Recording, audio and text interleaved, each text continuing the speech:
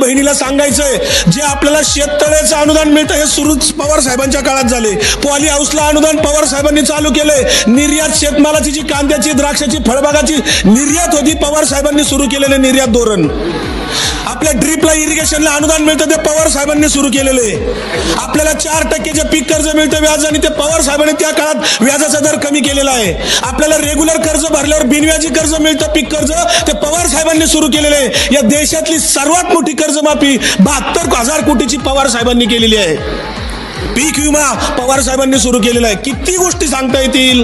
यशवंतराव चव्हाण मुक्त विद्यापीठ स्थापन केलं, आणि जे गोरगरीब माणसं आहेत ती नोकऱ्या करून बाहेरून परीक्षा देतात, त्या मुक्त विद्यापीठाचा लाभ या देशातल्या नव्हे महाराष्ट्रातल्या हजारो लाखो तरुणांना झाला. त्या यशवंतराव चव्हाण मुक्त विद्यापीठ साहेबांनी सुरू केलेलं आहे.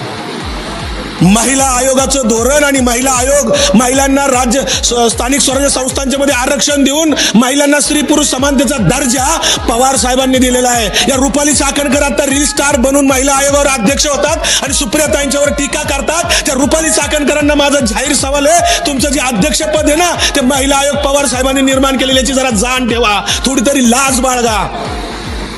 टीका करताना पवार साहेबांनी 50 वर्षापूर्वी या देशापुढे आदर्श घालून दिला. एका मुलीवर कुटुंब नियोजन केलं आणि मुलीलाच आपला वंशाचा दिवा मानला. हे 50 वर्षापूर्वी पवार साहेबांनी जगापुढे आदर्श निर्माण केला.